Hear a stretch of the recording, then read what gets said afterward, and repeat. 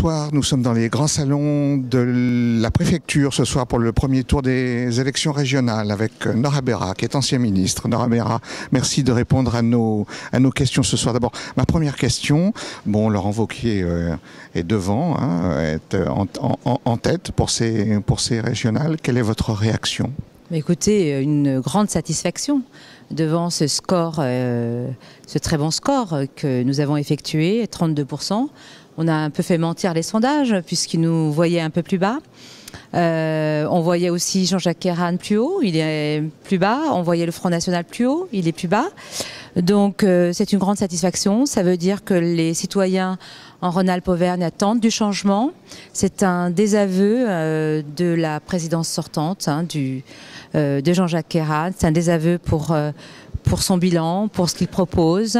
C'est un désaveu aussi pour cette connivence avec des partis avec lesquels il négocie au point de rendre une région ingouvernable, immobile. Et c'est de ça dont les électeurs ont marre aujourd'hui. C'est pour ça qu'ils veulent incarner, ils veulent se prononcer en faveur de notre liste qui incarne justement ce nouveau souffle, une nouvelle gouvernance, un renouvellement politique également. Nora Berra, est-ce que vous êtes quand même un peu inquiète du score du Front National ? Écoutez, le Front National suit une dynamique qui s'inscrit à l'échelle nationale. Donc c'est pas propre à Rhône-Alpes-Auvergne. Et au contraire de ce point de vue, cette dynamique est moins forte qu'ailleurs. Néanmoins, elle existe. Ça veut dire que sur le paysage politique qui s'offre à nous aujourd'hui, on a changé de paradigme. On n'est plus dans ce classique bipartisme, mais on est bien dans un tripartisme installé qui s'observe élection après élection. Donc ça devient aujourd'hui chronique et il faut qu'on en prenne toute la dimension des responsables politiques, des différentes formations politiques, de gouvernement, les socialistes et les républicains. Les observateurs également ont leur responsabilité vis-à-vis de ce changement. Donc voilà, c'est une dynamique qui est réelle. Qui se nourrit bien évidemment de l'échec des politiques qui sont portées aujourd'hui au niveau national.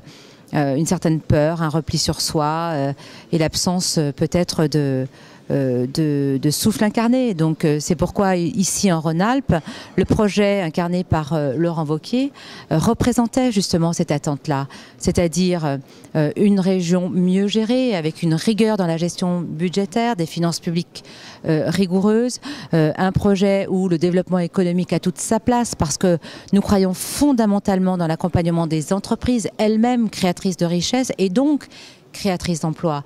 Nous croyons aussi dans la formation professionnelle, puisque c'est une grande compétence de la région, des régions en général.